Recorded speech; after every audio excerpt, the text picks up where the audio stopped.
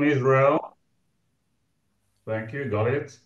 Good evening from Israel. Thank you, Oren. It's always a pleasure being here with Wikistrat and with you. Let me make a few preliminary remarks and then move to the Q&As.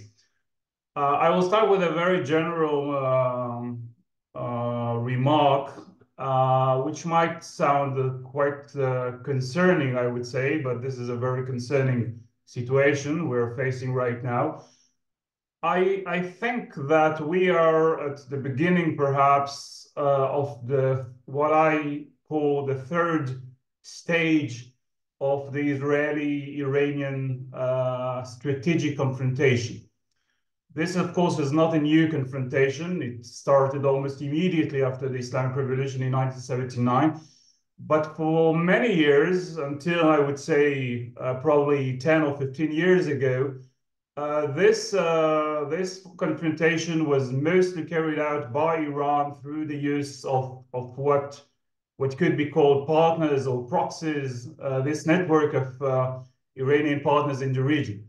And the reason for that was mostly because Iran wanted to use this network in order to deter Israel, in order to act against Israel, but without direct involvement in any kind of military confrontation with Israel due to its weaknesses, its military weakness, its strategic vulnerability, certainly compared to Israel. And then the second stage, I think, began more or less 10 years ago, a decade ago, when Iran began or increased its efforts to military entrench itself in Syria. And then we moved from the use of proxies, although of course, it never stopped, but we moved to another stage, which was a direct military confrontation between Israel and Iran, but not on Iranian or Israeli territory, but in Syria. And you probably remember the number of incidents in which Israel attacked Iranian targets, mostly RGC facilities inside Syria. In some events in 2019, Iran even tried to launch, not very successfully, but he tried to launch some rockets, some drones from Syria to Israel. I think we are now facing or entering a third and very risky stage of direct military confrontation between Israel and Iran to include not just Syria, but also Israel and Iran. And the question, of course, is what has changed since the beginning of the war in Gaza?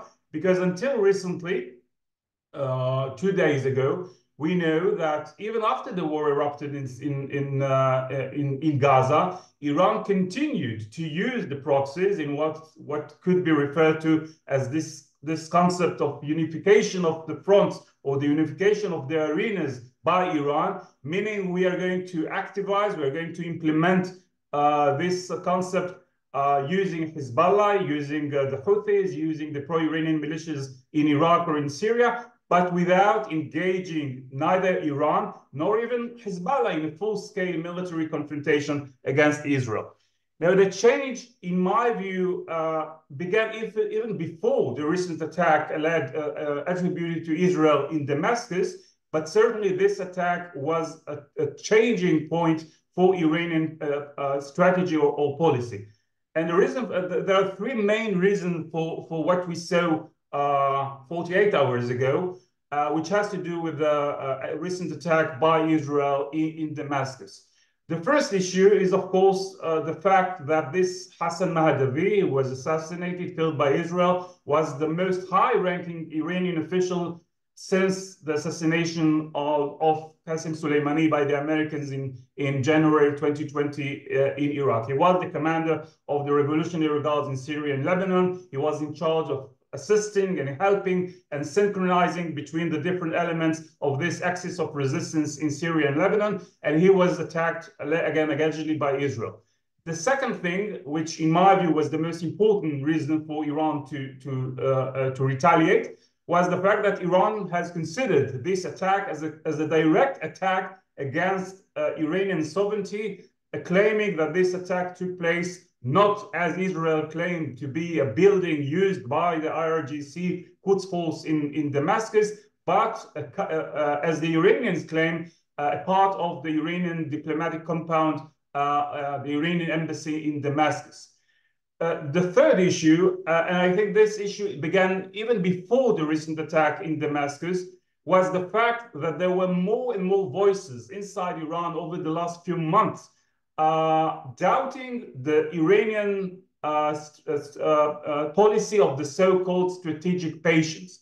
As you might recall, there were some reports in Western media saying that Supreme Leader Khamenei, even after the assassination of another high-ranking IRGC commander in Syria in late December, ordered his military forces to contain those Israeli attacks in an attempt to avoid any real military direct confrontation with Israel. But there have been voices over the last few weeks saying if we do nothing, if we continue to contain this Israeli policy of targeted killings in Syria, we are going to compromise our deterrence, and then Israel will not just continue its policy, but we might see even some assassinations, not just in Syria, but perhaps even in Iran. So the basic thing which has changed, in my view, is not Iran's strategy aimed to avoid a full-scale military conflict with Israel, but the fact that Iran, following the attack in April 1st in Damascus, was ready to take much more risks than before in order to recover its deterrence vis-à-vis Israel. I do not think that, and I've been hearing all those voices in recent days that Iran tried to avoid escalation with Israel. I don't think that by launching hundreds of missiles, including ballistic missiles and hundreds of drones in Israel, you want you're ready to, or you aimed to prevent escalation. No, Iran was certainly ready to see further escalation with Israel, but I do accept that this calibrated attack we saw 48 hours ago was intended not to result in a full-scale war, but to change the rules of the game with Israel and to relay the message to Israel: we can no longer tolerate this Israeli policy of targeted killings by the Iranians. I would like to say that what we are facing right now is, of course, the possibility of Israeli retaliation. Now, I'll try to be very cautious because you know, I'm supposed to be an expert on Iran rather than an expert on Israel and Israeli politics. But I would have to say this: unlike some of the assessments we've heard over the last 48 hours describing Iran's attack as some kind of symbolic attack aimed to relay some kind of message, but to avoid a full-scale war with Israel, the Israeli government doesn't seem to accept that. And the perception right now in Israel is that Israel cannot tolerate any kind of direct military attack by Iran into Israel. So if we would have seen any kind of attack, for example, from Syria, or from Lebanon, or from Yemen, aimed at against Israel, if we would have seen an attack against Israeli assets outside of Israel, not that I encourage that, of course, but if we would see the Iranians trying to carry out attack against Israeli missions abroad, this might have been more tolerated by Israel. But a direct, certainly unprecedented, military attack by Iran towards Israel is something which my sense is that Israel cannot tolerate. And therefore, I certainly expect some kind of response coming from Israel. Now, the question, of course, is what Israel is going to do. I have to say, my personal opinion, but unfortunately, I'm not part of the Israeli decision-making right now. My personal view, and I expressed it over the last few days, is that Israel should take into consideration not just the possibility of an Iranian retaliation to Israeli retaliation, but two main factors. One is, of course, the US position. And as you probably know, especially following the phone call between President Biden and Prime Minister Netanyahu just after the Iranian attack, the US position is very clear: to avoid any further escalation in the region and to avoid any possibility of expanding the war in Gaza to more than the current fronts. The second thing I think I would advise the Israeli government to do is to try and concentrate on achieving its goals in Gaza and not trying to expand the war into more fronts. Now, I do not think that necessarily means that Israel should not take any retaliation against Iran, but I personally would probably prefer to see something which is not necessarily immediate reaction, and certainly not something which is wide-range military retaliation by Israel against Iran. I don't want to give ideas to the Iranians, but you can just go to see the past history of Israeli covert activities in Iran, including in recent years, and you can certainly see what the Israelis could do without taking responsibility and with less risks than in direct military confrontation. I have to say, I'm not sure what kind of retaliation we would see. Time is running out, so I would just like to make two or three short last remarks. One, we have seen in the recent Iranian attack this kind of some people call it coalition. I have to say, I think it's a little overrating to call what we saw a coalition. But we certainly saw a certain coordination and cooperation between Israel and its and some of its Arab states neighbors, including Jordan, perhaps Saudi Arabia, in trying to intercept those launches from Iran, and of course the United States and the UK as well. I don't think, and I was asked about it numerous times over the last 2 days by many journalists, do you think that this means the establishment of a new coalition between Israel and the Arab states, mostly the Gulf states, against Iran? My short answer would be no. I don't think that this is the coalition, but I do think that it shows us the potential of future increased coordination and cooperation, perhaps intelligence cooperation, operational cooperation between Israel and some of the Arab states to deal with the Iranian threats, mainly when it comes to the military threats of the use of strategic weapons, drones or missiles. I do think, and that's my second remark, that Israel would be wise enough to use the attack from Iran and the war in Gaza as an opportunity to try and establish, in the day after the war in Gaza, a certain regional architectures which would help perhaps to come up with an alternative or with a more balancing axis in the Middle East, led by the peace states, supported by the West, of course, based on resumed normalization talks between Israel and Saudi Arabia, in order to try and in a way become an alternative perhaps for this Iranian pro-Iranian axis called the axis of resistance. Last but not least, I know this is not the subject of our discussion here, but I think we cannot ignore that, even with relation to the discussion following the attack in Iran, and that's the nuclear issue. I have to say I'm very much worried and concerned with what happened in Iran's nuclear program over the last few months.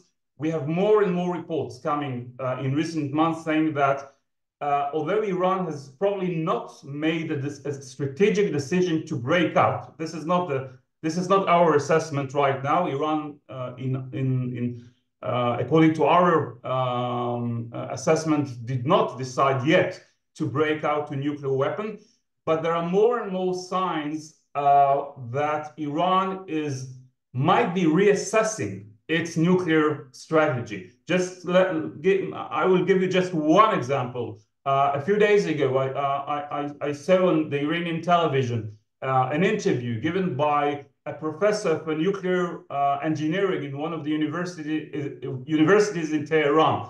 He gave an interview in which he referred to the so-called fatwa, the religious ruling gave by Khamenei forbidding the use and the production of nuclear weapons. And he said very clearly, this fatwa could be changed anytime. And this interview comes after a series of statements coming from Iran in recent months, including by high-ranking officials, saying in certain circumstances we might reconsider our nuclear strategy. So when you take the war in Gaza, when you take the possibility, when you take into consideration the possibility that Israel would succeed to neutralize Hamas ruling and military capabilities, when you take this third and very dangerous stage of the Israeli-Iranian confrontation, I think we have to take into consideration the possibility that following Israel retaliation, following this escalation, following the war in Gaza, one of the things Iran would like to reassess is its nuclear strategy, and this is something we certainly have to follow. Let me stop here and open the floor.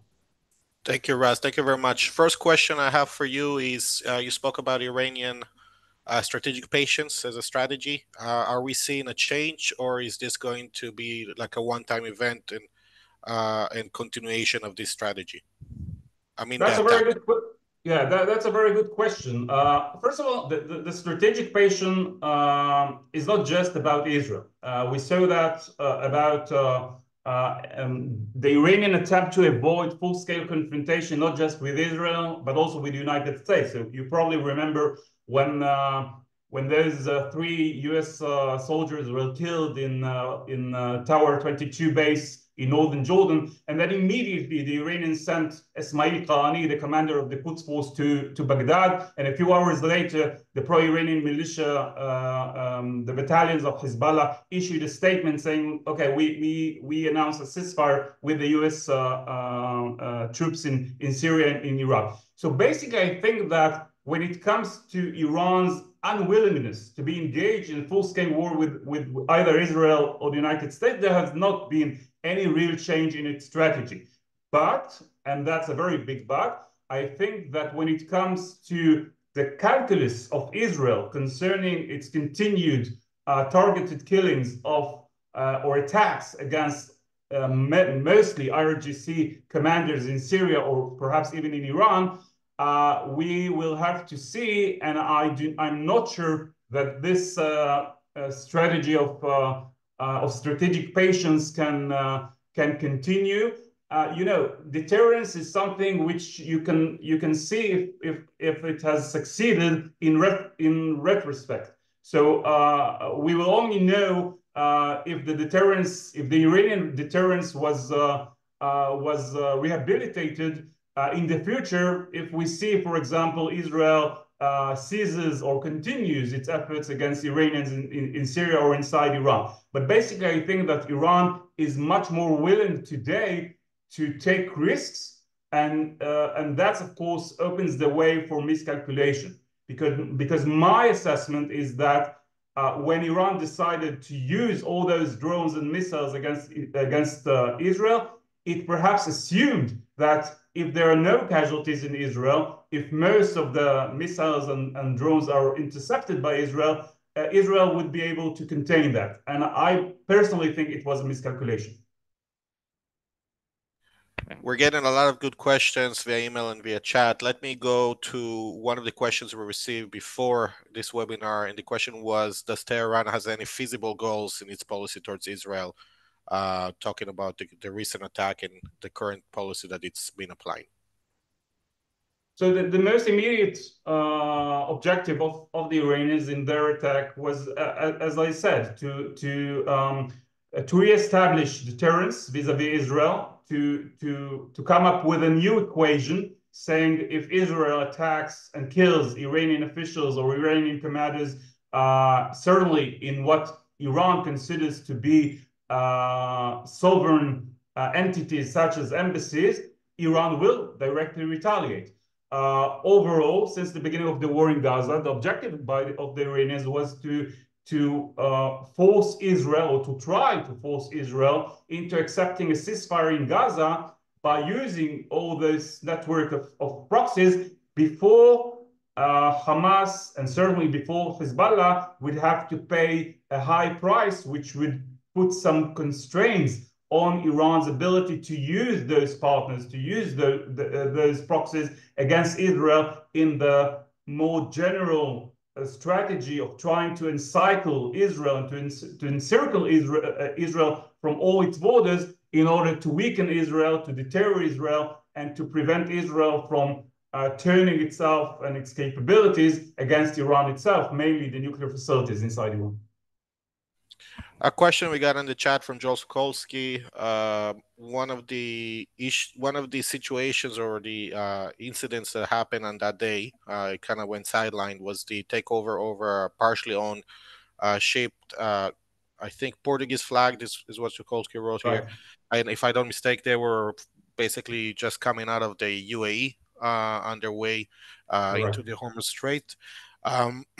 What are the options here for Israel regarding that, and what is it that the Iran is trying to do or try to achieve by taking over that ship? So after this incident happened, actually we had a few hours of debating the question of whether that could indicate Iran's decision to downgrade its decision to attack Israel. But we very shortly came to the conclusion that this incident had more to do with the Iranian policy of trying to impose economic pressure and economic boycott on Israel. We've seen it very clearly with the support given by Iran to the Houthis in their attempts to block Israeli vessels in the Red Sea. So basically, I think that was more that had more to do with this kind of Iranian efforts to put economic pressure on Israel. We know that Iran tried to convince Muslim countries, including Azerbaijan, including Turkey, to cut off their economic relations with Israel. That was not that successful. So whenever they had an opportunity to seize Israeli or so-called Israeli vessel, because it was not a real Israeli vessel, but it was partially owned by an Israeli, that was part of those efforts. And in my view, it was not related to the Iranian response or the Iranian revenge or the Iranian retaliation to the attack in Damascus. And Israel, by the way, Israel in the past tried to use retaliation against Iranian vessels. For example, Iranian vessels delivering oils in the Persian Gulf. Other than that, I'm not sure Israel can do much more than that. We're jumping between a lot of topics here, and I apologize for not having it all kind of streamed up in a linear fashion, just that the topic covers a lot. But one of the questions we received here in advance of the webinar was, what are the potential escalatory risks of this attack, and how likely it is to lead to a wider military conflict between Israel and Iran and its proxies? You kind of referred to that as what you see as the risk of escalation. I think the question is more about, how do you envision such an escalation could turn into becoming into something wider? Like, what would be the first step, second step, third step to something wider and wider and wider? What's the worst case scenario, so to speak? So let me start with the worst case scenario. The worst case scenario, in my view, is the expansion of the war in the Middle East from a war in Gaza and a limited war between Israel and Hezbollah to a full-scale regional war in which not only Iran, Israel, and the Palestinians are going to take part, but also Hezbollah. And as you probably know, Hezbollah poses a strategic threat to the state of Israel, mostly due to the arsenal of more than 150,000 missiles and rockets. So I don't think we get to that tomorrow morning, because I still believe that Iran wants to preserve those strategic capabilities of Hezbollah to the day or to the timing when Israel decides to attack the nuclear facilities inside Iran, and that would certainly trigger the engagement of Hezbollah in a full-scale confrontation with Israel. But what I can certainly see is that an Israeli kind of retaliation, which will be considered by Iran as too harsh, this would probably lead to a second round of launching of missiles and drones. We had some reports even today that Iran has already relayed messages, some of them through Egypt, saying that in case of an Israeli attack against Iran, the next Iranian attack would be harsher and wider. So this might be the next stage. And even though I said before that Iran doesn't, in my view, still doesn't want to be engaged and dragged into a full-scale war with Israel, neither does Israel. Wars sometimes happen without anyone wishing to get there. According to the voices inside Iran, even before the Iranian attack of 2 days ago, you could certainly see some voices inside Iran saying we should not give the Israelis, we should not give Prime Minister Netanyahu, who was described by the Iranian Foreign Minister Abdullahian as someone who has lost his mental ability. We should not let the Israelis drag us into a full-scale confrontation, certainly not with the United States, which is backing Israel. But again, this kind of retaliation and then another retaliation from the other side might certainly lead to a full-scale confrontation at the first stage between Israel and Iran, and then possibly also with Hezbollah. And one of the problems with that is not that Israel is incapable, in my view, to deal with more than one or two fronts, but it will certainly limit or constrain Israeli ability to concentrate on the number one priority, at least since the beginning of the war in October, and that was to try and achieve our objectives when it comes to degrading Hamas ruling and military capabilities inside the Gaza Strip. One topic you keep referring to, and I think it's important maybe to get some analysis on that, is the role of Hezbollah in the recent attack. It seems as if Iran maintained the policy of separation of the arenas. What happened was a direct attack from Iran towards Israel, but without the involvement, or at least substantial involvement, of Hezbollah. And that was what that was done, obviously, with the intention of not getting them involved. How much do you think was that important for Iran in a way to avoid escalation in Lebanon? How much do you think, or what is the goal behind that kind of a strategy? So actually, we had a very interesting report this morning coming from Israel saying that there has actually been some kind of, I wouldn't say clash, but there have been probably some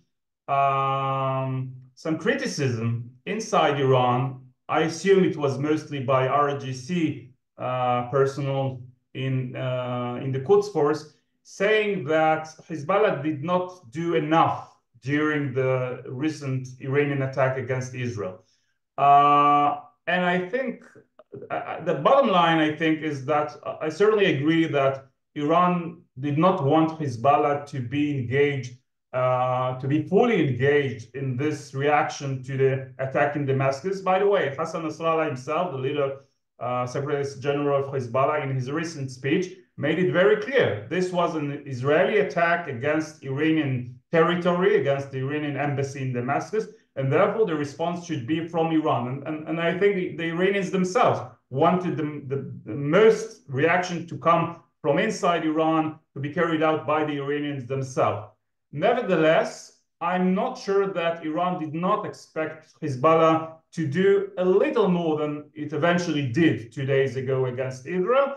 And that, if that's true, if those reports are indeed correct, that might give us another indication for the fact, which I have always believed, that Hezbollah is certainly very committed to Iran, is very connected to Iran, but it doesn't necessarily do whatever the Iranians are telling it to do. And I think there is some kind of, that there might be some kind of some situation in which Hezbollah is taking into consideration its own agenda, its own interests, the situation inside Lebanon, the growing criticism inside Lebanon to the continuous war in Lebanon, and perhaps it itself refrained from doing things the Iranians were expecting it to do due to the fact that it was an Israeli attack against Iranians rather than an Israeli attack against Hezbollah.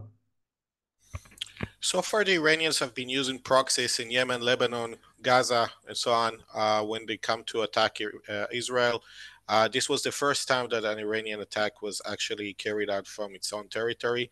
Was this shift actually something that, looking back into it from an Iranian perspective, serves their goals, serves their objectives, or is this going to come to actually hunt them, as they for the past few years been avoiding such a response? Look, the use of proxies by Iran, or the use of partners by Iran, mostly aim to maintain this level of deniability and avoid the risks involved in direct activities against either Israel or the United States.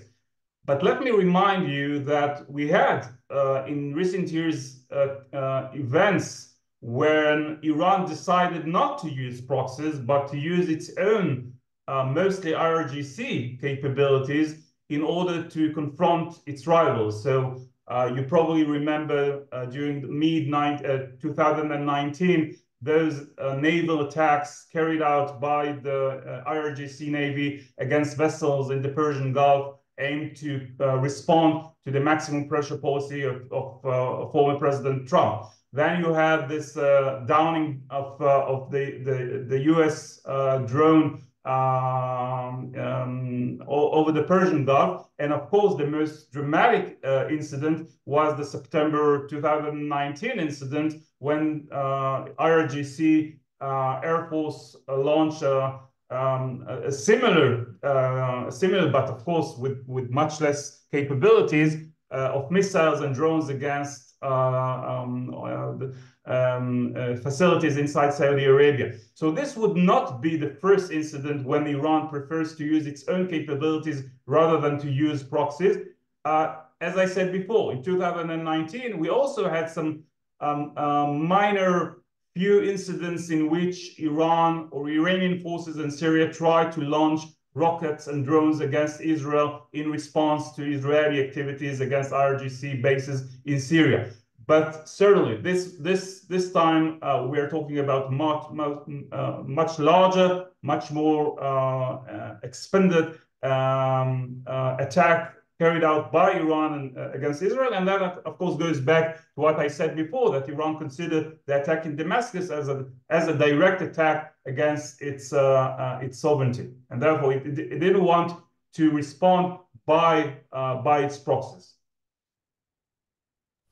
One of the drivers that we've seen in the past as motivating the Iranian regime when it comes to its strategic policy is the internal situation in Iran.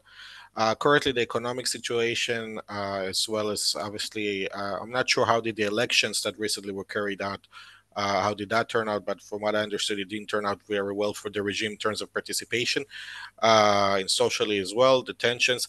How much do you think that impact their strategy in terms of committing such an attack? How much do you think that was something that has had an impact on their decision to attack Israel directly from their soul?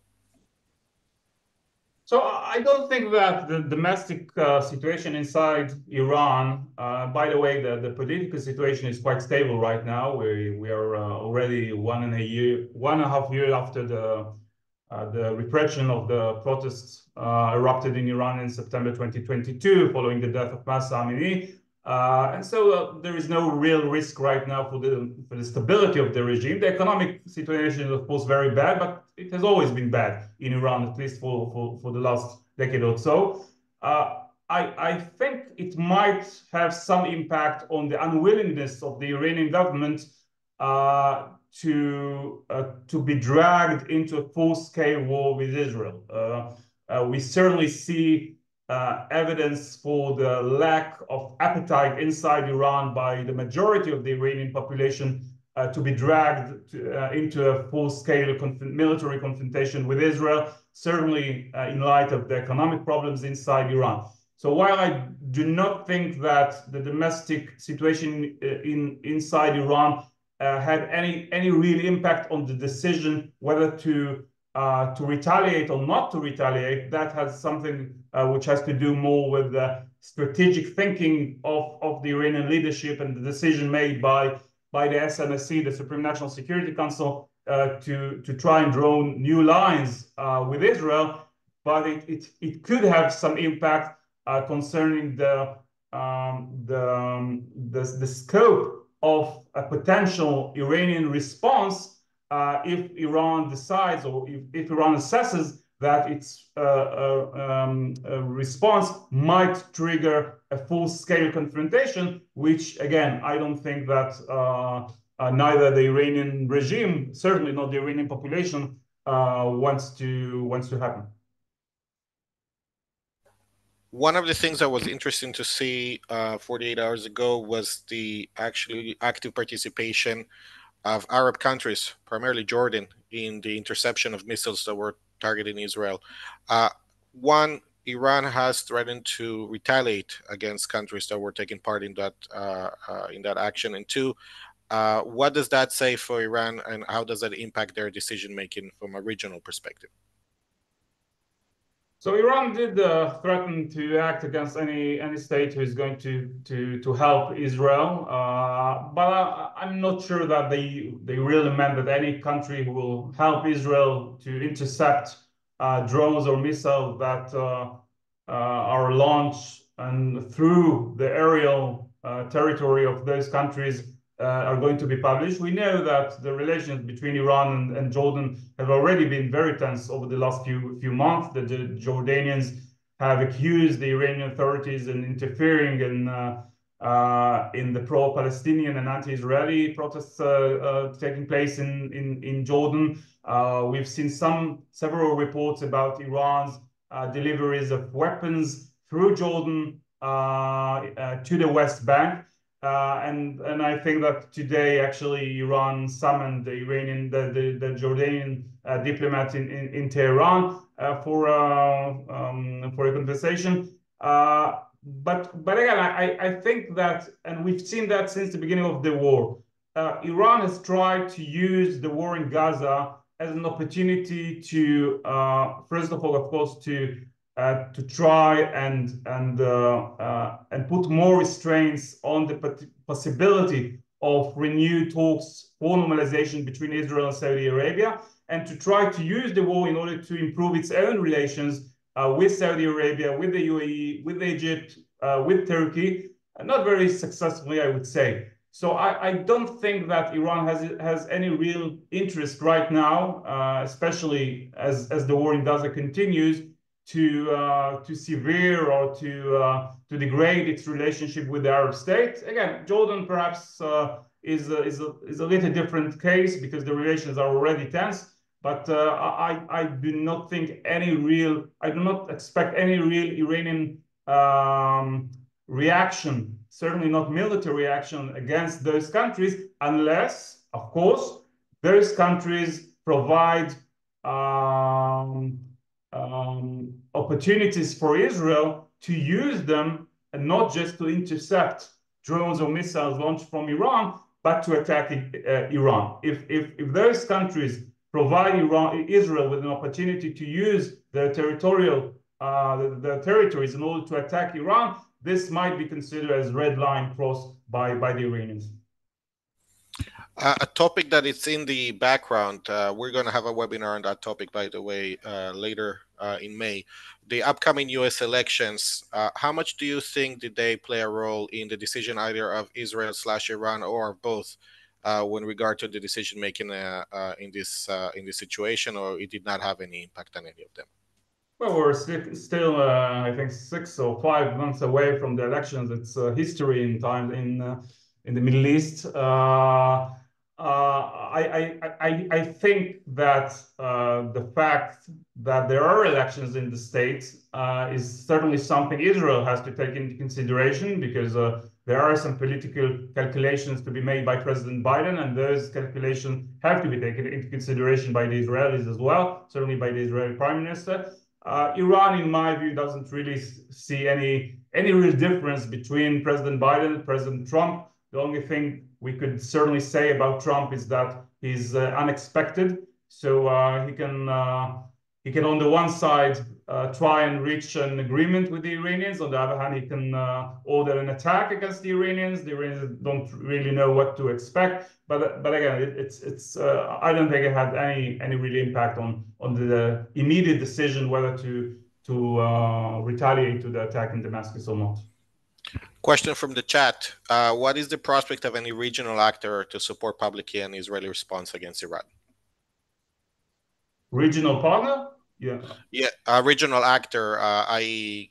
Saudi Arabia, I mean, Jordan, Egypt, I would say probably not, but probably the Gulf, one of the Gulf states. Do you see any of that potentially happening to support publicly an Israeli response against Iran? Publicly, certainly not. The Saudis, for example, were always willing to fight against the Iranians until the last blood of the Israelis and the Americans. They would certainly not. They certainly would not like to see any kind of changing the balance of power in the Middle East to be more pro-Iranian or to serve the Iranians. So I would certainly assume that the Saudis would be quite satisfied with any possibility of an Israeli attack against Iran. But publicly, I think it's almost impossible to assume that they will take such a position. Certainly now, as the war in Gaza continues, Iran has actually managed to somehow improve its position right now when it comes to the public opinion in the Arab states because of its position in favor of the Palestinians. We are a year or more than a year after resumption of relations between Saudis and the Iranians. And so until the Saudis realize what kind of so-called new Middle East will be here the day after the Gaza, I find it very difficult to believe that they will adopt a position which would expose them more to Iranian hostility. And that, of course, the same concerning other states like Egypt, even Jordan, by the way. Let me go back a few topics before we've discussed before. Again, we're jumping between topics. But the question is, how much of a correlation do you see between the strategic patience strategy that Iran has been applying to the advancements it's been making on the nuclear program? Do you see that maybe one is basically serve in order to let Iran to make advancement in the nuclear program, while at the same time showing patience as a way not to get international pressure put on top to put on it? That's a good question, and I'm not sure I have a good answer for that. Let me again emphasize, we have not seen any real evidence that there has been a change in the Iranian nuclear strategy, meaning Iran's decision to break out.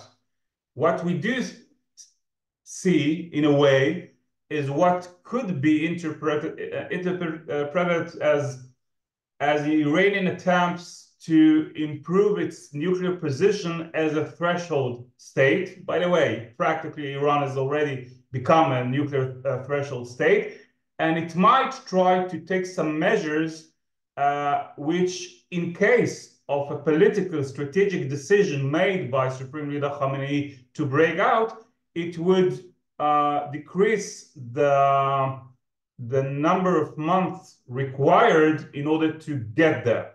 But I don't think that they want to wait until they reach this position in order to take some actions when it comes to the region. I think that even without the war in Gaza, even without this ongoing and escalating confrontation between Iran and Israel, we might have seen some nuclear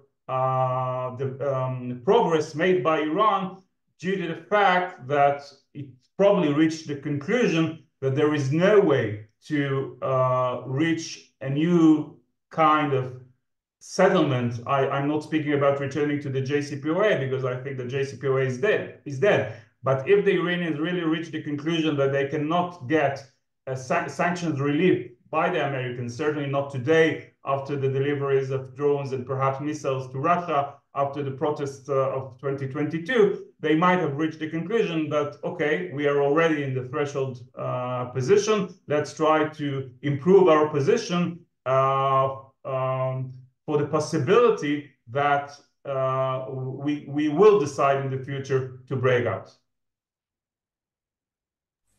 The 2022 Russian invasion of Ukraine has led, as a result, to an increased partnership and collaboration between Iran and Russia, specifically when it comes to drones, but also when it comes to ammunition, supply, and so on and so on.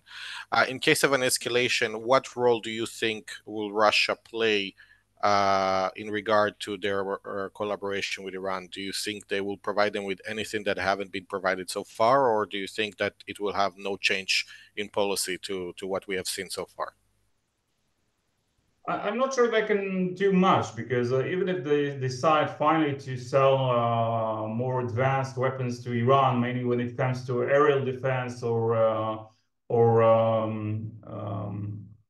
Air Force, concerning the Iranian Air Force, the Sukhoi, it will take time to activate those new weapons. So if Israel decides to attack inside Iran, that might certainly encourage Russian-Iranian cooperation over the possibility of Russia supplying Iran with more advanced aerial defense capabilities. But I'm not sure this would help Iran in the very near future. Russia, as we know, since the war in Gaza erupted, its position is very clear. It has standed with the Hamas, with Iran, as you said, and that's certainly true. The war in Ukraine provided Iran with an opportunity to take this partnership with Russia and turn that into a more strategic partnership because of the fact that for the first time they were on equal terms. So while in the past it was mostly Iran which needed Russia, and Russia didn't really need Iran. After the war in Ukraine, it was mostly Russia which which needed Iranian supplies of drones, and that certainly provided Iran with opportunities to upgrade their relationship with Russia. Again, an Israeli attack could certainly encourage Russia's decision to sell more advanced weapons to Iran. Whether it will help Iran in the immediate future, probably not. Kind of a final question before I give the stage to you for final remarks, but how much do you see the Iranians are actually interested in some sort of an escalation, specifically talking about an escalation that would involve Hezbollah? How much do you see that to be a feasible scenario that the Iranians are actually pushing for?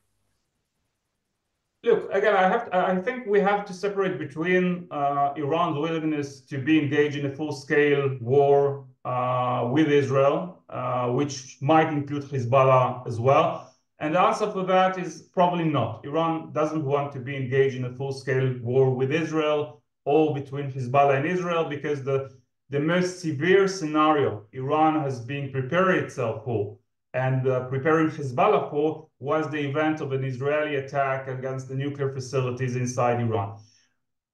When it comes to escalation, we are already in such an escalation. So one could, in my view, one cannot claim that Iran doesn't want to escalate things after we saw the launching of hundreds of missiles and drones against Israel. Iran had other options at the table. It could have launched missiles or drones from Syria, from Iraq, or from Yemen. It could have asked Hezbollah or the Houthis or the pro-Iranian militias to retaliate on its behalf. It decided to do whatever it decided to do with the objective to recover its deterrence vis-a-vis Israel. But this decision was made under the assumption, I assume, that this could lead to escalation with Israel, even if nobody wants that. When Israel decides to attack inside Lebanon, or when Hezbollah decides to attack military posts inside Israel, that means that both sides are ready for further escalation. Does that mean that they want full-scale war? Not necessarily.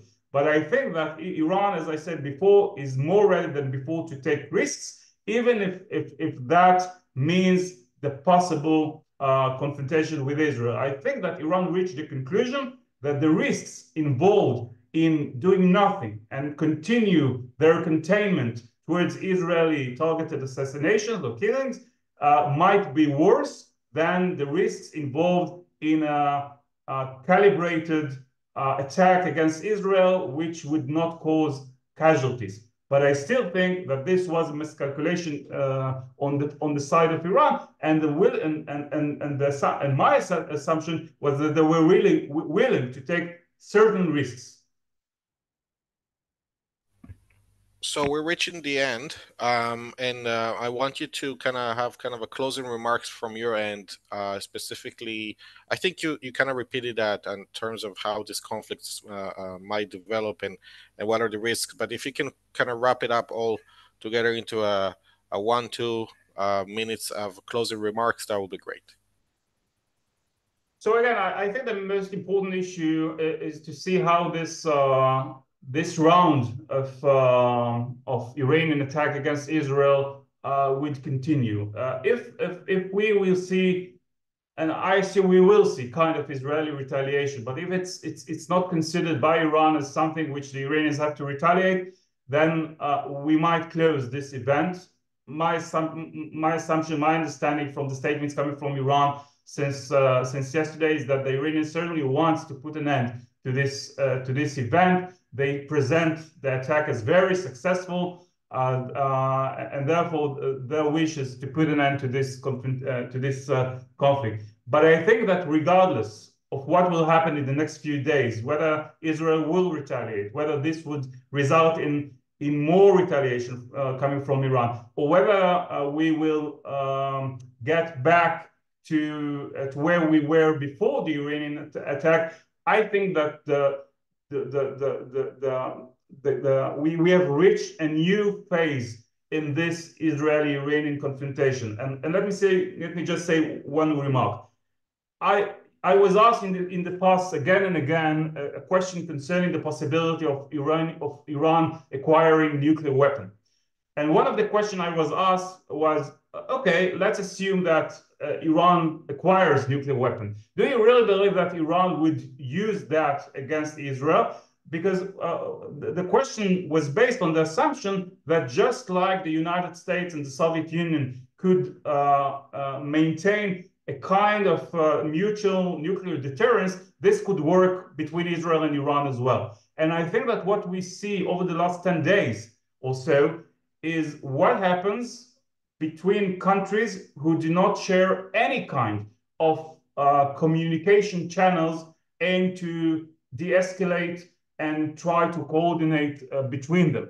And I think the risk of miscalculation, both by Israel and by Iran, are very high. We saw that in recent days, and therefore I think that we should think about that, even if we return to normal, because in case Iran decides to break out, we might see an even more dangerous phase between Israel and Iran, and with the addition of nuclear capabilities, this would certainly turn into a Middle Eastern nightmare.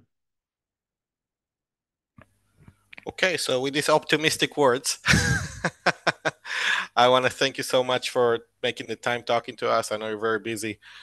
with the ongoing events and the current situation. Thank you, Raz, so much for this today. A very good webinar, very informative.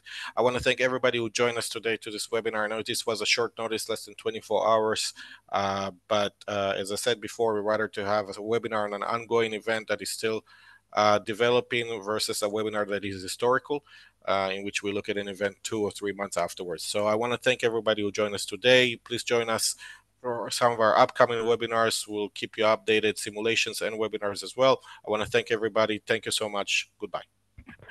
Bye-bye. Thank you.